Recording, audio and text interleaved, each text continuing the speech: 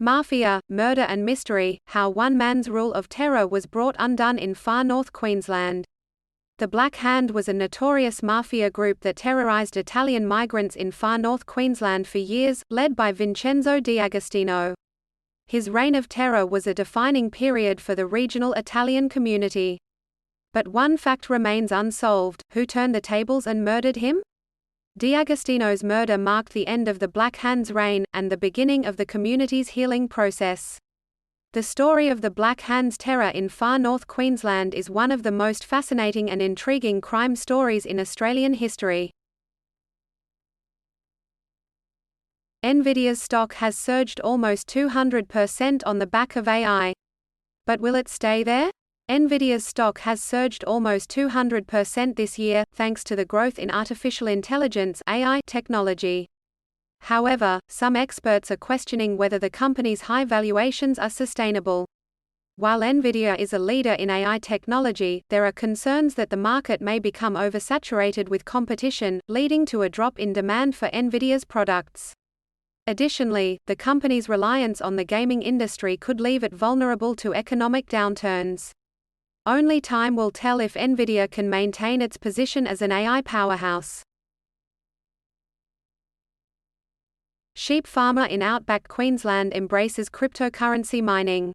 A sheep farmer in outback Queensland has diversified his income by building a cryptocurrency miner on his remote property. Stuart McKenzie, who was unfamiliar with cryptocurrency, was approached by Bengal Energy to house the mining operation in a shed on his farm.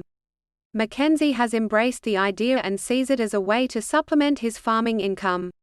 The miner is powered by a combination of solar panels and diesel generators, which is helping to reduce the farm's reliance on the grid. The operation is expected to generate around 70 bitcoins per year. Women avoid popular Alice Springs trail after indecent assaults. Women in Alice Springs are avoiding one of the town's popular trails after a series of indecent and sexual assaults. Some are now opting to exercise without headphones or carry personal alarms for safety. Eloise Mullins, a nurse, and her housemate were recent victims of an indecent exposure incident on the Desert Park bike path. Police are investigating several similar assaults on the track this year. While local authorities are increasing patrols, the Alice Springs Running and Walking Club's secretary recommends people stick to well-lit areas exposed to others. The incidents are a significant concern to the community. Unity. Russian partisans vow to end Putin's regime and help Ukraine win the war. Russian partisans are fighting from secret locations in Russia and Ukraine to sabotage Putin's plans and help Ukraine win the war. The Freedom of Russia Legion and the Russian Volunteer Corps are predominantly Russian groups fighting to bring down Putin's government. The commander of the Freedom of Russia Legion, who goes by the call sign Caesar, claims that his organization will liberate Russia and destroy the political system that Putin has created over the past 23 years. Caesar believes that Putin's regime could collapse within 18 months and wants Russia to turn inward and live a calm and peaceful life. The ultimate goal is liberation from the Putin regime and reforms to Russia. PO Box 727, a legacy of fearless gay pioneer lives on. Vernon Marshall, a pioneer in the queer community during the 1970s, opened PO Box 727, allowing fellow members to write to him. Now, Jody and PO Box 727 are continuing Marshall's legacy in Tamworth, providing a safe space for members of the LGBTQIA+ to express themselves through handwritten letters. The post office will donate postal services and PO Box, while Jody will handle advertising through her social media pages. This initiative is a reminder of the power of community and the importance of keeping the legacy of fearless pioneers like Vernon Marshall alive. Builders' warning on government stimulus comes true as building companies shut their doors. A warning from a builder 2 years ago that government incentives to stimulate the building industry could result in a bust seems to have come true. The financial regulator ASIC's figures reveal that 132 construction businesses in Western Australia have gone into external administration or had an administrator appointed in the 2022-23 financial year, while 2,000 building and construction companies closed their doors across the country. Builders claimed that while the government supported the sector through grants, it failed to offer firms any support during the boom. The companies were caught out with rising materials costs and a lack of workers. Adelaide animal shelters overwhelmed as rental housing crisis forces pet owners to surrender beloved companions.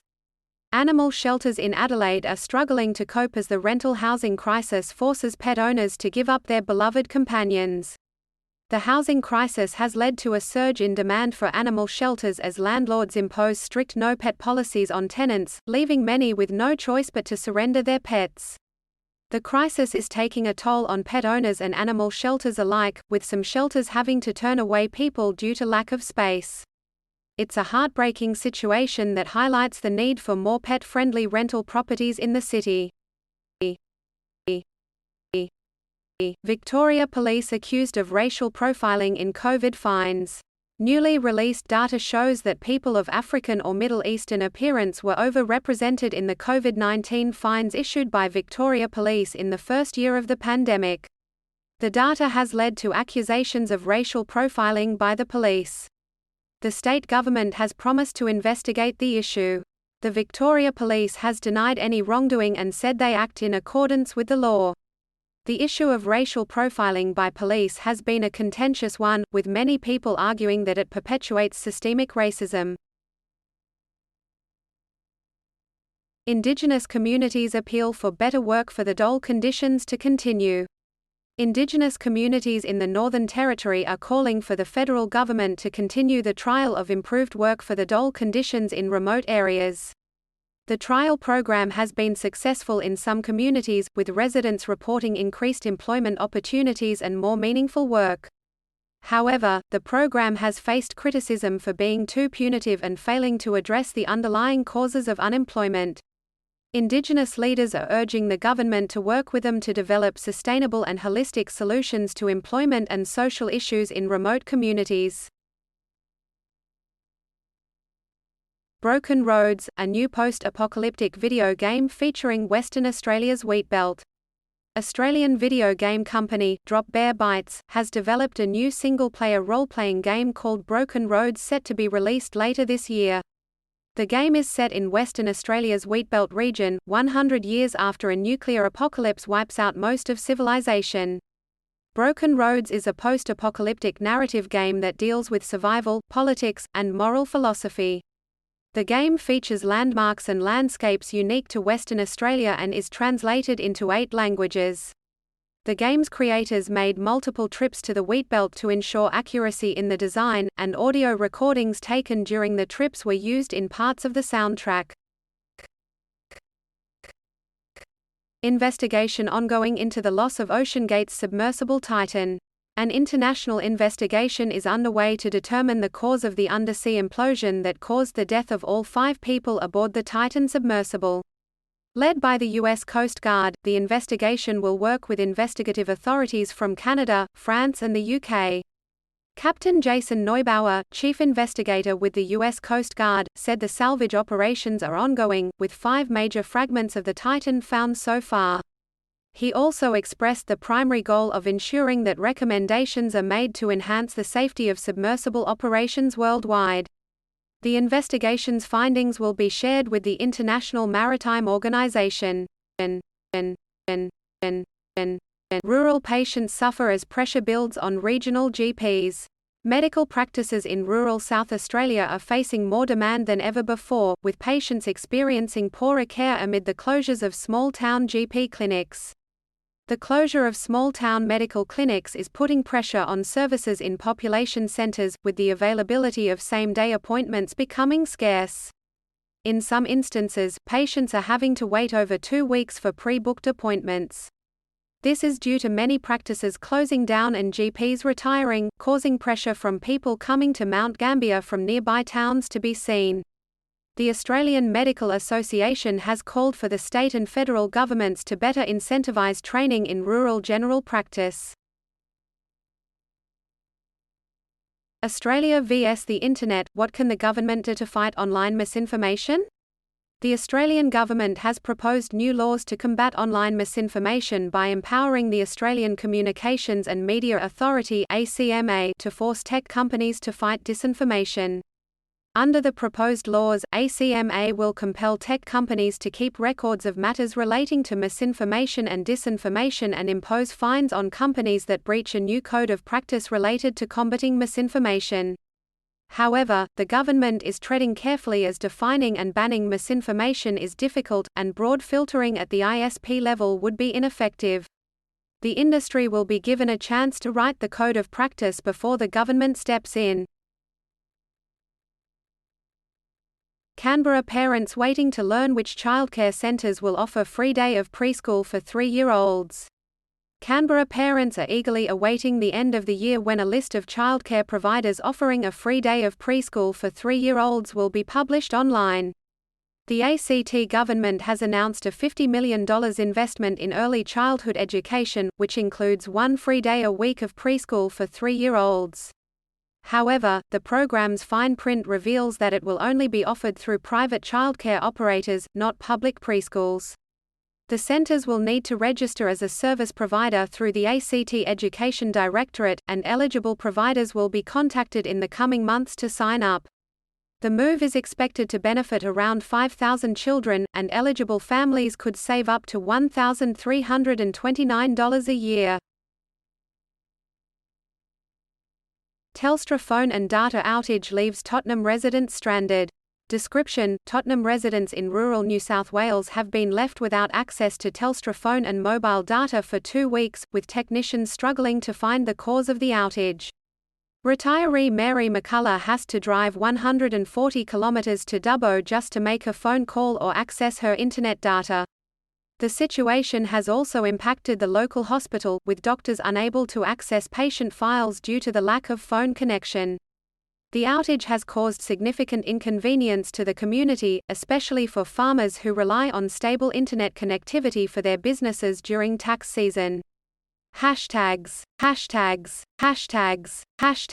Puks Australian arm in crisis over government information breach. Global accounting firm Puks Australian arm is facing criticism after allowing a possible crime to become a catastrophe. The firm has not explained how confidential federal government information was exploited for profit or outlined steps taken to rectify the situation. Puks leaders have repeatedly chosen to hide, first behind client confidentiality and later behind an impenetrable corporate wall and an army of spin doctors. Even after a public investigation late last year revealed the extent of the misdeeds, Puks leaders simply crossed their fingers and hoped no one would notice. The government has sold Puks consulting arm for AUD1. Teenage boy dies after being found injured on road in Melbourne's northwest. Victoria Police are investigating the death of a teenage boy in St Albans, Melbourne's northwest. Emergency services were called to Bailey Street just after 11 p.m. on Monday, following reports of an injured boy on the road. Authorities said a number of people were reported to have been seen in the same location as where they found the teenager, and that witnesses said they were armed with a knife. The teenager died on the way to hospital.